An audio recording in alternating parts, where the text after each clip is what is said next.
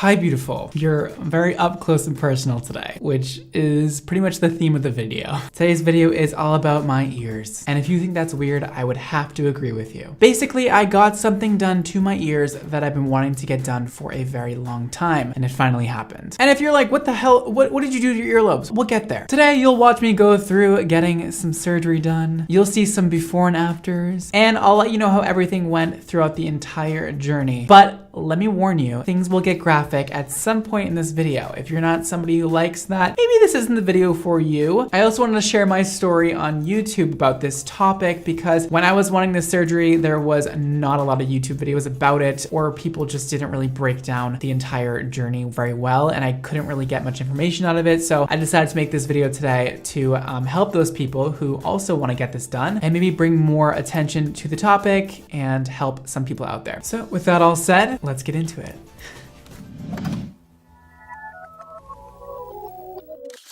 Let me tell you a little story about what happened to my wonderful earlobes. Back when I was 15 years old, I was a very angsty scene/emo boy, whatever you want to call it. A lot of the emo kids had stretched earlobes, had piercings, all the above. And my mom was definitely not for it. She did not want me to get any piercings, and I really wanted to do this. So it was super important that I got my ears pierced, and I ended up doing it myself along with a lot of other piercings on my body. After I pierced my ears, I began stretching them very, very quickly from, just a regular old ear piercing to 5/8 of an inch. And this is what that looked like. It was quite large. I can't even believe my ears used to be that large. And if you can't already tell what this video is about or what surgery I'm getting done, I am getting my earlobes repaired from having them stretched. So I ended up stopping at 5/8 of an inch, and that was enough for me. I decided I was done, and I still had the possibility of shrinking my ears back down to its regular size or something very small from 5/8 of an inch. If I went up to an inch or 2 inches, girl,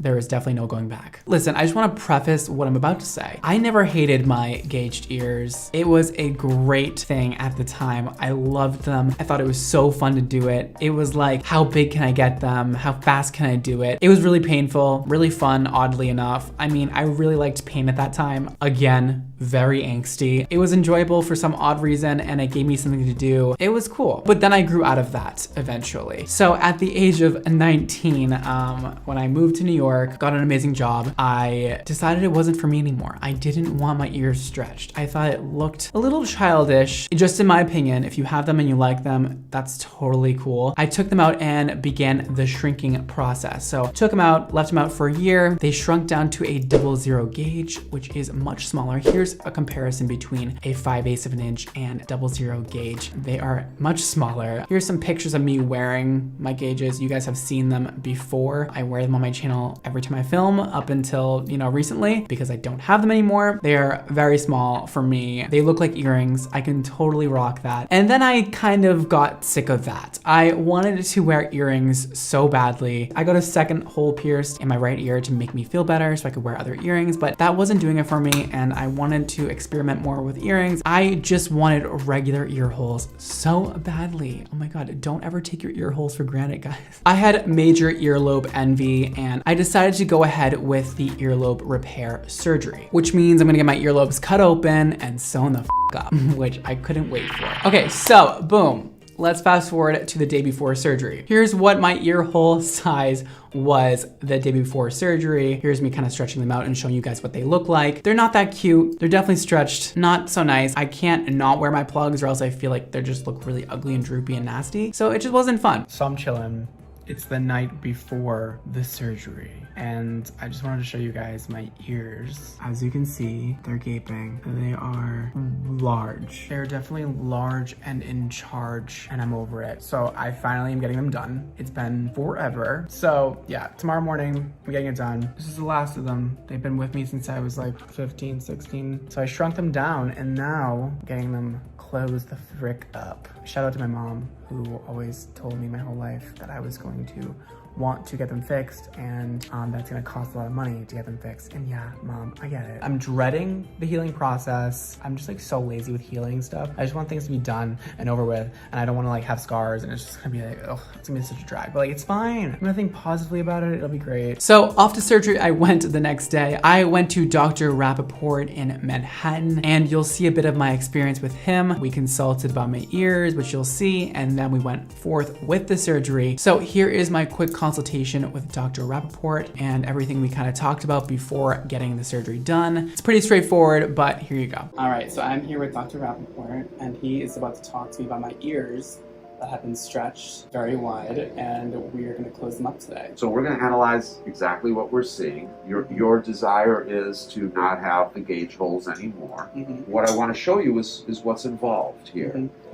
This is not the biggest size gauge hole I've ever seen, but it's not tiny. Right. And what I'm explaining is it's just like in general when you're fixing or closing an ear piercing. When a piercing happens, the skin grows from the front to the back. So you see there's just skin, and that's why it doesn't close up. And when you're closing it, basically you're removing that skin that's grown in, and then you have a raw edge on the front and a raw edge on the back, and you close the front to the front and the back to the back. Now, if we only did exactly what I said, there's an issue, right? Because if we go in this direction, which it seems to be asking for, your ear's a little pointy, right? So we're going to have to take that up a little bit, and that means that instead of a straight line, I'm going to have to take up a little bit of this tissue. There's going to be a little bit of a T, so that you're not going to have sort of Dr. Spock pointy, funny ears. Right, I thought about that. Sometimes when they're bigger, we actually cut this whole thing and lay it down, but I think you're in that borderline place that what I just said is going to go best. So you said you're going to cut out the middle, you said?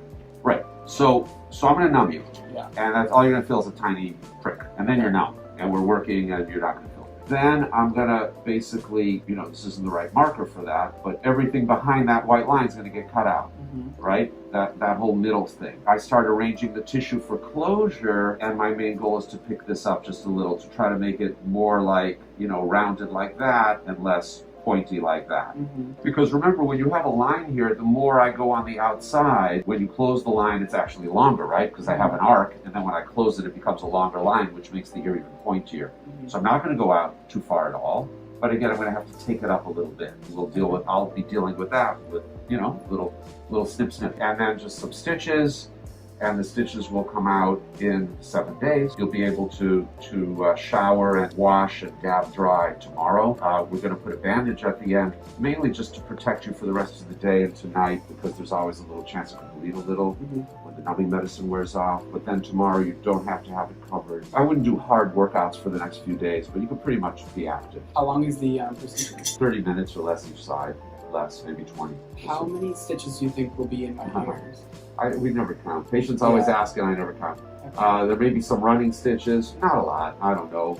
On each aspect, front and back, 7. So that was our consultation, pretty straightforward. We discussed, how he's gonna cut it and how he's gonna make it look normal again. And I was really excited, so ready for it. Just cut me up and do it good. I actually waited so long for this appointment because I had it booked right before everything happened in the world with, Miss COVID, and things got pushed back months. I was so excited to get it done. Now is the time where this gets really graphic. I'm about to show you guys exactly what happens when he sliced my ear open. I don't think it's that bad to watch. I do, however, love surgery shows, so maybe I am numb to, stuff like this, but I think it's interesting. I mean, it's not that bad. Just try and watch it, and if you think it's bad, fast forward, okay? That's all I'm trying to say.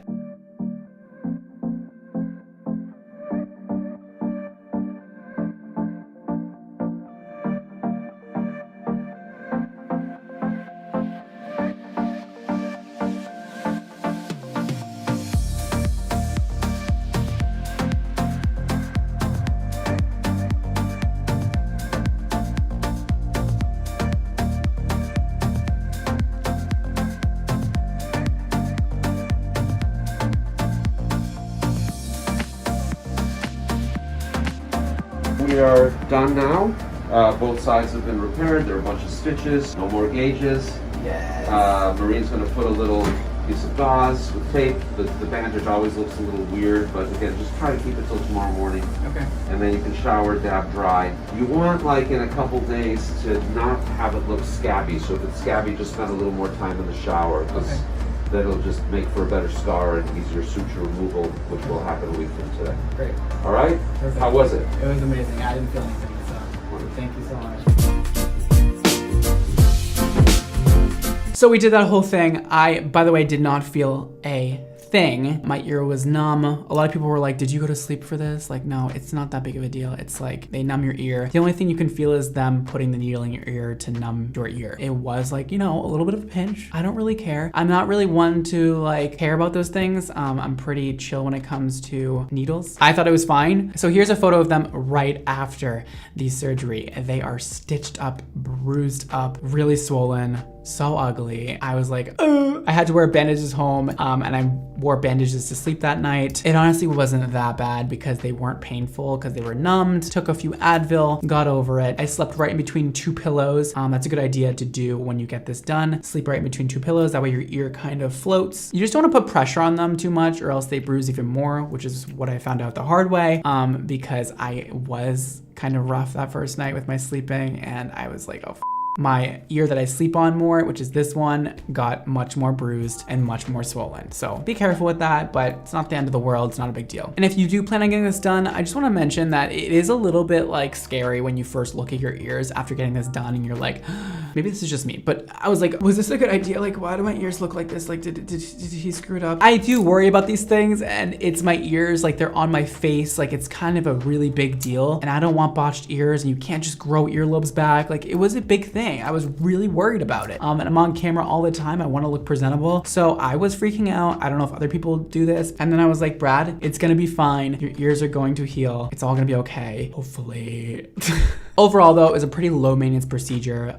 You really don't do much. You don't really have to clean them. You can let water run on them, but you don't want to like scrub them or like do anything crazy. You just let them be. Dr. Rappaport said it was very important to just let them be, let them heal on their own. Don't massage them, don't do too much, just let them be. Put SPF on them so that the sunlight doesn't make the scars darker, which I need to remember to do more. That's basically it. It was really straightforward. The healing process, you didn't really do anything, and the only thing that was kind of ugly was wearing stitches in your ears, unless you think they're cool. I thought it was kind of cool having stitches in my ears, but also when I talked to people, they were like, the fuck's in your ears? And I'm like, oh, those are stitches, yeah. He stitched the front and the back of my ears, so there was probably like, I don't know, 8 stitches on each side or 7, whatever, it doesn't really matter. Everybody gets a different amount of stitches. They get their ears sewn up a different way to fit their ear. It's very unique to your earlobe. At least that's how Dr. Rappaport did it for me. And he kind of figured out what would look the best and proportionate to the rest of my ear. You know, if I didn't have this, it would look weird. So after a week of having my ears all stitched up, I went back to my doctor and he then took out the stitches, which was also pretty painless. I mean, there's a few pinches here and there. Wasn't a big deal. Got them out. I was like, oh, thank God I'm done with this. I don't have to come back again. Like, oh. I don't want to leave my house. They looked like they had stitches in them, you know. Here's some photos for you. They were very big, bruised, swollen, nasty, kind of ugly. Still worried a little bit, but still just like, trust the process, Brad. Trust the process. So then the recovery process continued. I just monitored them. I didn't do much to them. I didn't actually put anything on them. He said honestly, just leaving them alone would be best. And so I just did that, and I feel like it's been really great. I'm still doing that. I'm still just leaving them alone, cleaning them off once in a while so I don't get an infection or anything like that, but they're very closed up. I don't think anything's getting in there at this point. And slowly but surely they began to look normal again. And I was getting happier and happier every week or every day that I had the stitches out. They were looking so much better, so much more normal. And I was feeling so good and so confident about my earlobes. Like, who knew earlobes could make you feel so damn good? Okay, so that brings us to where we are now. I got my surgery on June 11th. It is now July 9th. So it has been 4 weeks. So they are looking looking really nice, as you guys can see on camera. But also, I will say, they're still swollen. You know, they're still red. They're still a little tender. They're definitely not totally normal yet. This one's still a bit more swollen than this one. This one's a little smaller. This one's a little bigger. Obviously, they're not gonna be perfect because, you know, earlobes are sisters, not twins.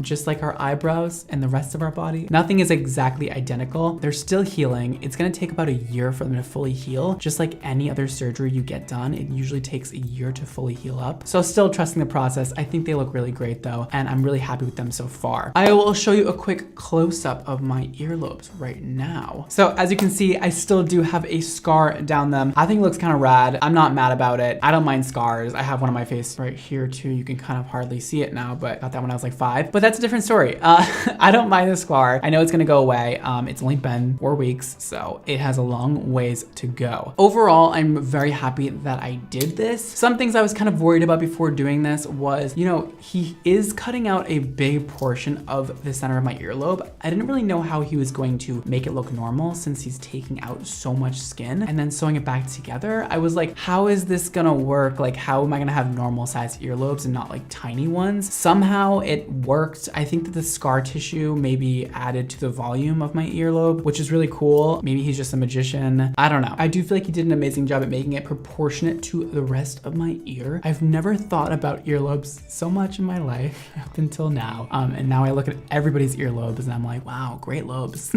Another thing that I need to add to my list of weird qualities. I do plan on getting my earlobes re-pierced. I do want to wear regular earrings, like I said before. So he said you could get it pierced. I think it was like 3 weeks after. It was very soon after you can get them re-pierced, but I kind of want to let them heal for a little while. They just seem like really irritated and my ears don't do super well with piercings. I don't want to f them up anymore. I don't want to like piss them off. We'll just wait it out. I'm sure I'll get them done in like, you know, 6 months or whatever. I want to live my piercing-free life for a moment. I also wanted to quickly mention that you can get this done even if you don't have earlobes stretched out as far as mine were. You can get this done if your earlobes were stretched out from heavy jewelry. If you have a long slit in your ear, you can totally do this. You can do it if you have even bigger holes than I did. You can get it if you had way smaller ones. So anybody who has that concern can totally get this surgery done. Again, it's pretty chill, pretty straightforward, and it's not that big of a deal. I will, however, say it can be very pricey. Luckily, I can afford a surgery like this, and I do understand that some people cannot, but you know, you get what you pay for a lot of times with surgery stuff, and I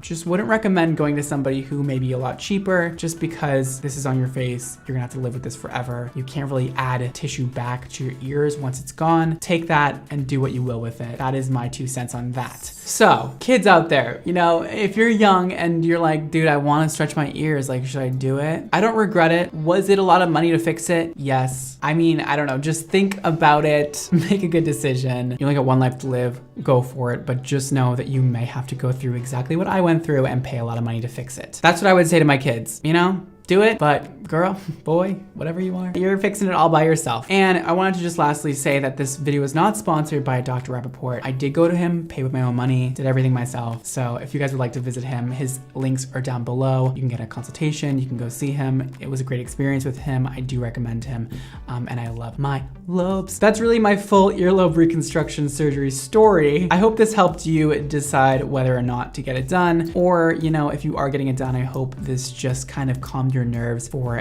getting your ears done. It's a pretty chill process. It'll be fine. It'll be great. And if you guys have more questions, please leave your questions below. I or someone else, I'm sure, will answer your question. I will try and do my best to get back to some of you guys after I post this video, and hopefully I can answer some of them for you. That is all for today, guys. Thank you so much for watching this. Don't forget to follow me on all the different social media networks, Instagram, Twitter, and TikTok at Bradmondo NYC. And also you can find my Facebook page and my Snapchat show under Bradmondo. And make sure you check out my hair care brand, Xmondo Hair, at Xmondo Hair on Instagram or xmondohair.com to get beautiful, fabulous, amazing, glowing hair. And don't forget to live your extra life. And I'll see you next time. Bye, guys. This is Viper Smoothing Oil. This oil is a combination of all of my favorites. It has baobab oil, argan oil, carrot seed oil. Now, what sets this oil apart is it really penetrates the hair cuticle. It goes deep inside. Instead of just laying on top of the hair and adding a greasy film, it's gonna actually go inside, help supply nutrition, hydrate, and add a lot of shine.